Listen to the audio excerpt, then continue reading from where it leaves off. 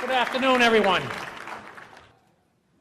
Okay, for those that don't know me, I was the last commander of Ashraf.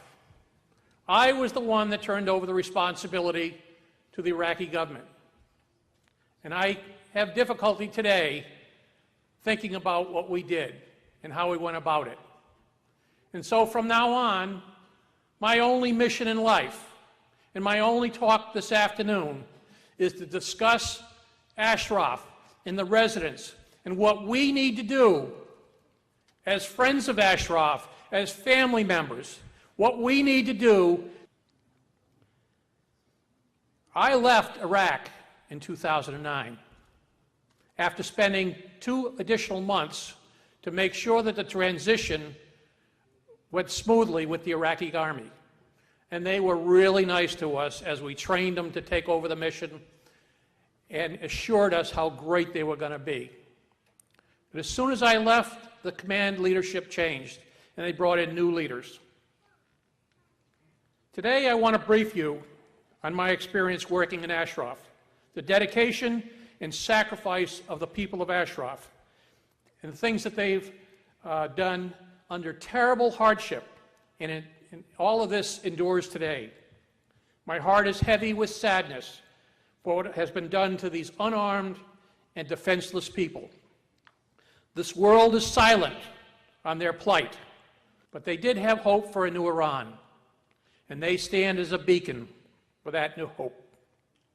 Ladies and gentlemen, these people are heroes who have never faltered in their responsibility and duty.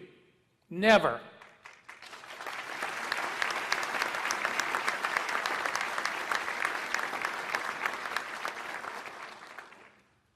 Before we turned over the responsibility to the Iraqi government, the United States State Department, the UNHCR, and of course me, we convinced the residents that this was a good thing, that this was a pathway to a new future outside of Iraq. And we really believed that all the commitments that we were given would happen, and they would get the same level of protection. And I stayed in Ashraf for 2 months to make sure that the transition went well. And in the first 2 months, I saw nothing. But shortly after I left, within a couple of months, the killing started. Maliki's government came in and started killing people with rockets. And then they attacked the camp in a vicious way with their police and army. People were shot, run over by trucks, and beaten with clubs. Has anybody seen those videos? Because if you don't have them, I have them.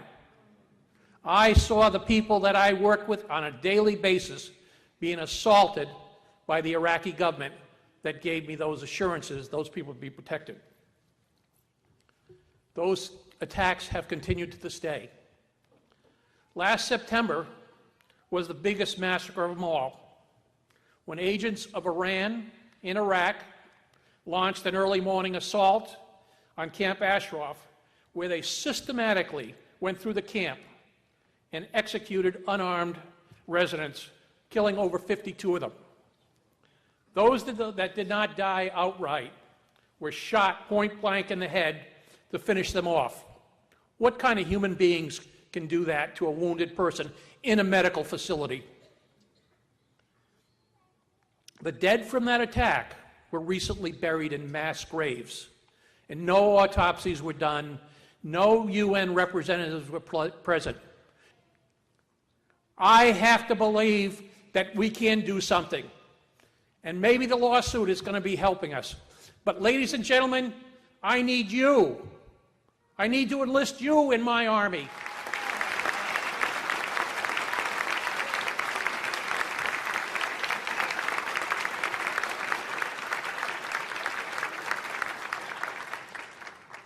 We now have all the residents out of Ashraf.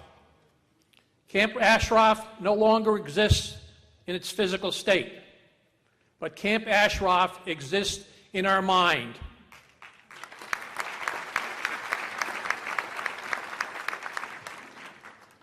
It is the image that cannot be erased. It is the people who have stood their life protecting and setting a beacon of freedom.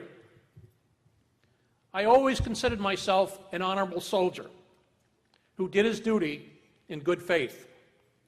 Ladies and gentlemen, I don't know how I can live my life until this situation is cleared up and my honor is restored to myself.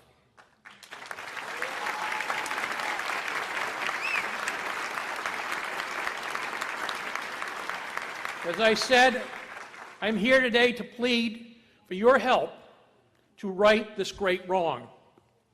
I know the Iranian government spreads information that these people are hypocrites, but I do not believe for 1 minute that any of those people in Ashraf are hypocrites.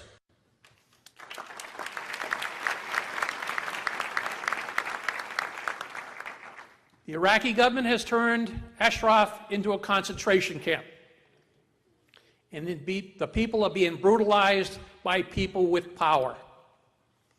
Use your social media to spread the word that we need help. We need to resolve this situation.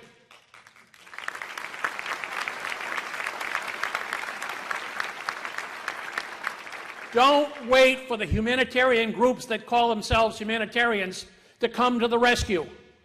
They are not the people on white horses. They are the enemy because they stand by and let these things happen. That's right. When I was in Iraq, I never saw the UN come to Ashraf because they were afraid.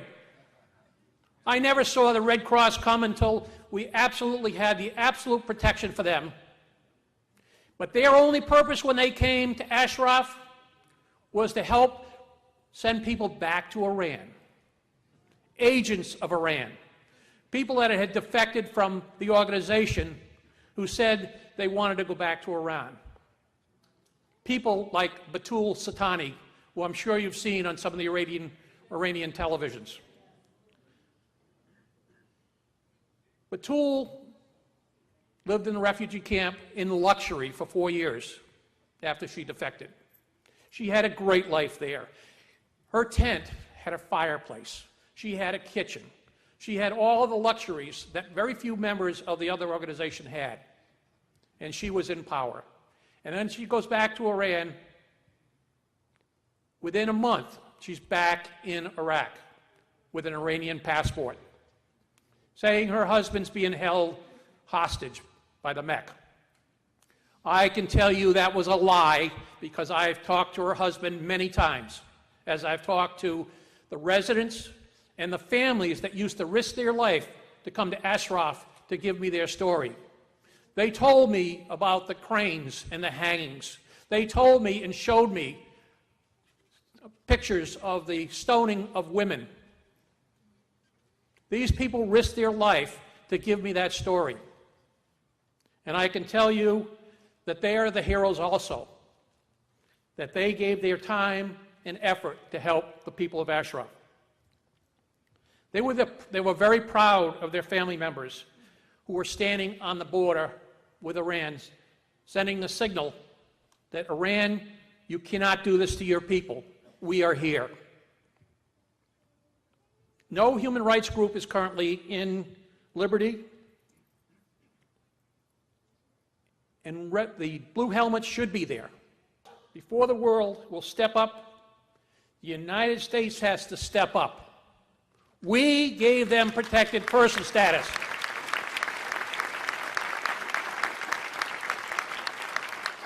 We have stood by while they've been killed.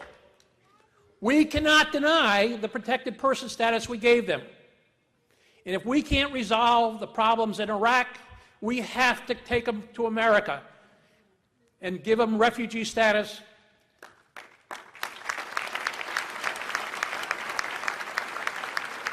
And political asylum. This is our job, every one of us here, not just me, not just the politicians and the other speakers. It's all of us here have to work on this to get this solved. By the very fact that rockets continue to come in, tells me they've never established a safe zone. And I've been in a lot of rocket attacks, and the only way you could stop them is to set up a safe zone. And we've done that before. We should be doing it now. As I've said before, I consider myself a resident of اشرف. I consider them my friends and my family. I continue to wait for the day, as I've said many times before, where I can break bread in a safe and secure environment. Especially, I want to sit down with my farmer friend, Noura Murad, the old farmer who is probably now in his 80s and needs a rest. I also will not forget all those who died in September, including Hussein Madadi, who I know very well. Commander Zora, as I knew her, Deputy Secretary General of the MEC, and Giddy, her deputy. I sat and I really had a lot of respect for them. We now need to have respect enough to do something and get this situation cleared up. I thank you all for your attention today in coming here, and I thank my friends next to me for their devotion to this cause. It's a cause that is well worth it. Thank you very much.